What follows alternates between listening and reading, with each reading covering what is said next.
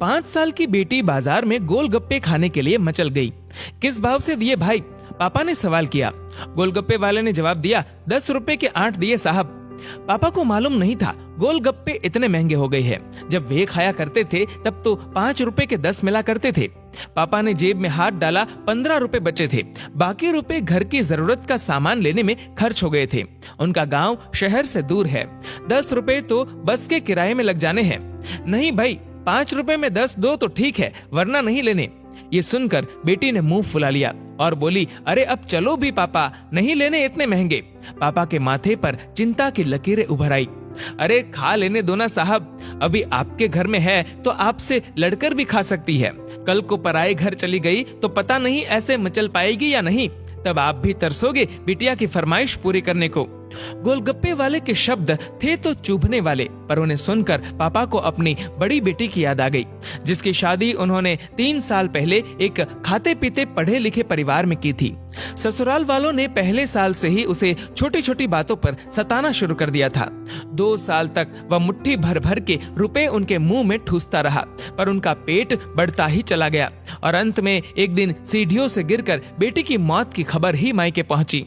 आज वह छटपटाता है कि उसकी वह बेटी फिर से उसके पास लौट आए और वह चुन चुन कर उसकी सारी अधूरी इच्छाएं पूरी कर दे, पर वह अच्छी तरह जानता है कि अब ये संभव नहीं है। दे दूं क्या बाबूजी? गोलगप्पे वाले की आवाज से पापा की तंद्रा टूटी। गोलगप्पे वाले से बोले, रुको भाई 2 मिनट। पास ही में किराने की दुकान थी जहां से उन्होंने घर के लिए जरूरत का सामान खरीदा था। वे तुरंत उस दुकान पर गए और खरीदी गई 5 किलो चीनी में से 1 किलो चीनी वापस की तो 40 रुपए जेब में बढ़ गए। फिर ठेले पर आकर पापा ने डबडबाई आंखें पोंछते हुए कहा, अब खिला दे भाई। हाँ, तीखा जरा कम डालना, मेरी बिटिया बहुत नाजुक है। ये सुनकर 5 वर्ष की गुड़िया जैसी बेटी की आंखों में चमक आ गई और उसने पापा का हाथ कसकर पकड़ लिया। जब तक बेटी हमारे घर है उसकी हर इच्छा जरूर पूरी करे, कोशिश करे उसे हर संभव खुशी देने की। क्या पता शादी के बाद उसकी कोई इच्छा पूरी हो पाए या ना हो पाए। ये बेटियां भी कितनी अजीब होती है, जब ससुराल में होती है तब मायके जाने को तरसती है, सोचती है कि घर जाकर माँ को ये बताऊंगी, पापा से ये मांगूंगी, बहन से ये कहूंगी, भाई को सबक सिखाऊंगी और मौज मस्ती करूंगी।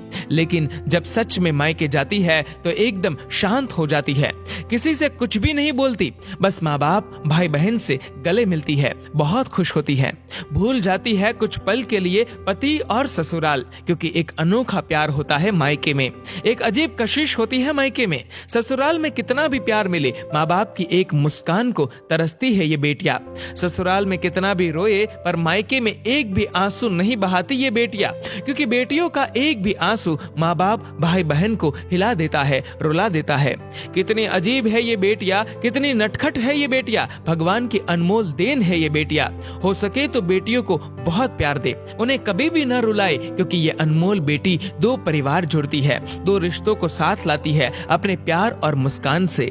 ईश्वर से प्रार्थना यही है कि सभी बेटियां खुश रहे हमेशा, भले ही वो मायके में हो या ससुराल में। खुशकिस्मत है वो लोग जो बेटी के बाप है, उन्हें भरपूर प्यार दे, दुलार करे, और यही व्यवहार अपनी पत्नी के साथ भी करे, क्योंकि वो भी किसी की बेटी है जो अपने माँ बाप का घर छोड़कर आपके साथ पूरी जिंदगी बिताने आई है।